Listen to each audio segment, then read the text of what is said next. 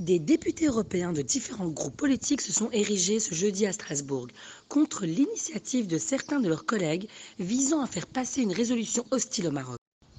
Cette résolution controversée qui a divisé le Parlement européen puisqu'elle n'a pas recueilli l'adhésion escomptée a été boycottée par plus de la moitié des membres de l'hémicycle qui ont estimé inopportun et irréfléchi d'antagoniser un partenaire aussi important pour l'Union européenne que le Maroc. Frau Präsidentin, verehrte Madame la Présidente, chers collègues, notre solidarité va aux citoyens de Ceuta et nous devons aussi aider les enfants, des enfants qui sont utilisés et abusés à des fins politiques.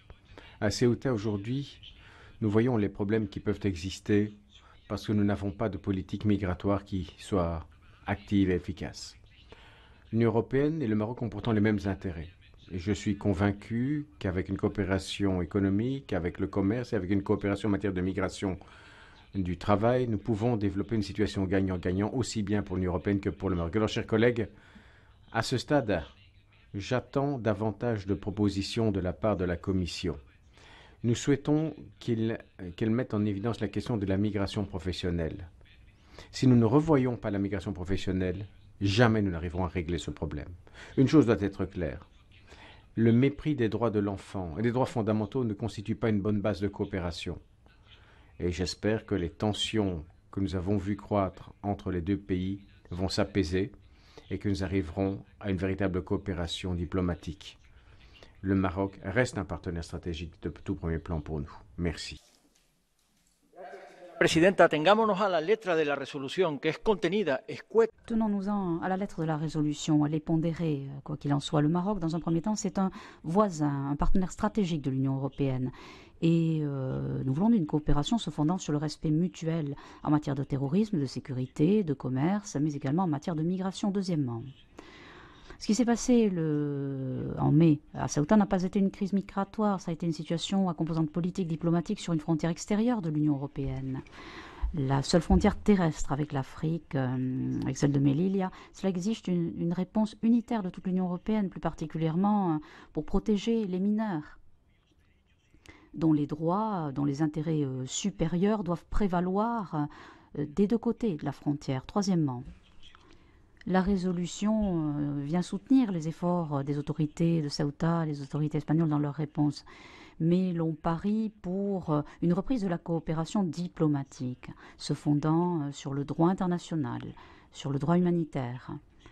Il s'agit de protéger les mineurs et au niveau de la Commission des Nations Unies, on prévoit une gestion responsable des frontières extérieures, y compris celle-ci, la seule frontière terrestre que nous ayons avec celle de Melilla, avec l'Afrique. C'est la frontière de l'Union européenne, soit dit en passant. Et repousser les migrants. Nous avons déjà repoussé 4800 migrants entrés à Ceuta de façon illégale, déclaré Sanchez au Parlement espagnol le 19 mai. Nous avons le soutien inéquivocable de l'Union européenne. Il peut exercer le droit de défendre les frontières de sa nation. Il en a le devoir avec le soutien de l'Union européenne. Où sont ceux qui étaient pour la condamnation de Matteo Salvini parce qu'il avait repoussé des migrants?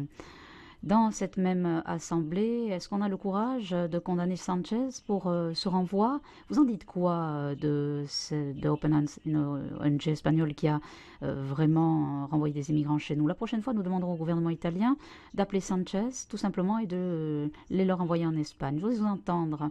Je voudrais entendre les bien-pensants de la gauche qui nous imposent d'accueillir des migrants que les ONG espagnoles ont emmenés en Italie. Nous n'avons pas peur de soutenir le gouvernement espagnol, même s'il est de gauche. Et c'est important pour les Espagnols, pour les Européens. Nous n'avons pas peur de partager des déclarations du vice-président des États-Unis, de Mme Kamala Harris. Même eux, en dépit des proclamations, eh bien, ils ont décidé d'abandonner leur doctrine. Ils ont dit qu'ils repousseraient tous les immigrants qui dépasseront ou qui franchiront les frontières des États-Unis. Nous n'utilisons pas de poids de mesure ou d'une solidarité de convenance. La gauche peut dire ce qu'elle veut. Merci. Un reportage de Arbar Najalia.